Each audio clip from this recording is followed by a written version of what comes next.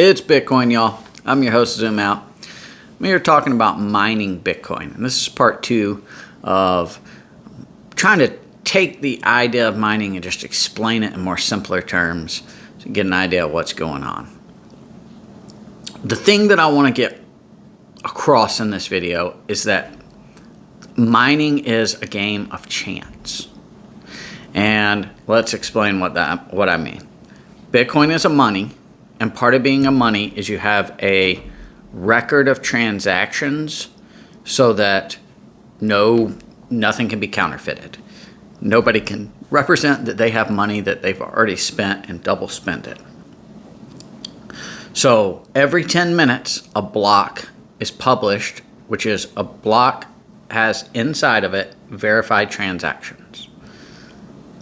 Then 10 minutes later, another block with verified transactions. And those connect together to form a chain. Every time a machine, a computer, publishes a block, it gets paid in Bitcoin. The issue that Bitcoin intended to solve was to make it so that the money was not centralized. So mining Bitcoin is a way to introduce a game of chance, a lottery for distributing the money, the asset Bitcoin.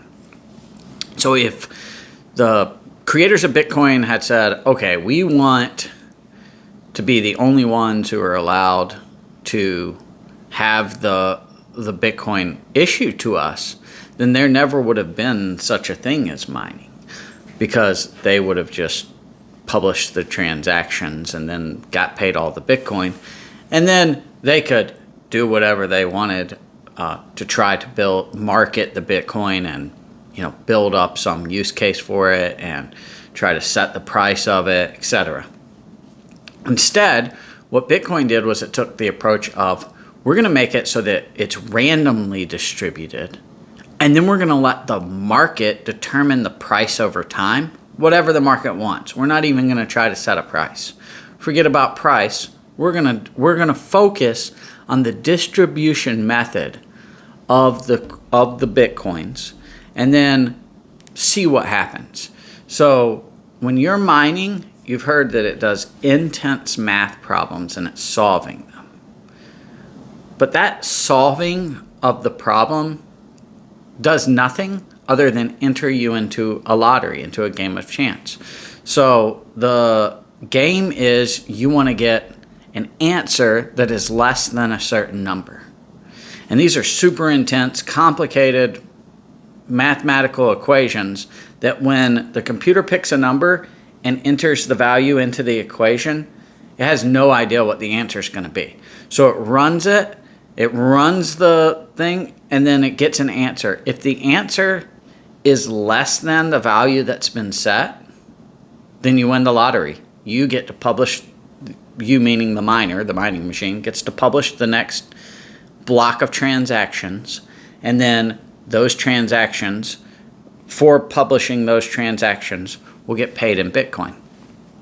So if you are, these machines are built to just run that computation over and over and over again.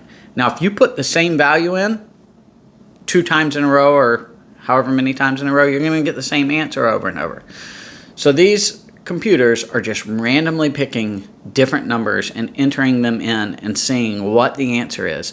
If the answer is below a certain number that's set, then that miner wins the lottery. Part of the game is designed to have a winner every 10 minutes. So if you have one miner mining the Bitcoin, then and that number set at a certain value, whatever it is, say it's 100, then if that miner is getting less than 100 every 10 minutes on average, then that would line up with the system, and so it would stay that way. But if a bunch of that miner's friends came in and started mining, right? Now you have 100 different machines mining. It would be more often, it would be more quickly that someone would get under 100. So in that instance, after 1,600 games, after 1,600 winners, the number would recalculate and adjust to where it would be on average every 10 minutes again. And it's built to do that. So why 1,600? What the consensus seems to be is that 1,600 is a number that is enough to have a statistical significance, meaning that you get an average, and that average is going to be pretty accurate if you were to repeat it over and over again, meaning if you were to run the calculation with that many miners again, it would be an average of every 10 blocks. Or, sorry, of every 10 minutes. So it's just a game of chance. It's a lottery. I used a scratch-off example in my first video. Now I'm going to use another example that I read in an article, and I'm going to link this article in the description. So if you want to read about it, feel free. And so what they said, imagine at a casino, you have a game with 1,000-sided die, and you're throwing this die, and you're trying to get less than the number 10. It's going to take you're throwing it as fast as you can over and over and over. And then it's going to take longer, on average, to get less than the number 10 than if 20 people start playing. And they're each throwing their die as fast as they can, over and over and over. Someone's going to hit less than 10 faster. So that if it was less than 10 minutes that it took, then that number would get harder, meaning it would adjust down. Now you got to throw less than 8. And every 1,600 wins, it will calculate and say, okay, we need to adjust the number up or down. That's all it is. It's a game of chance. It's a lottery, and that way the money is distributed fairly.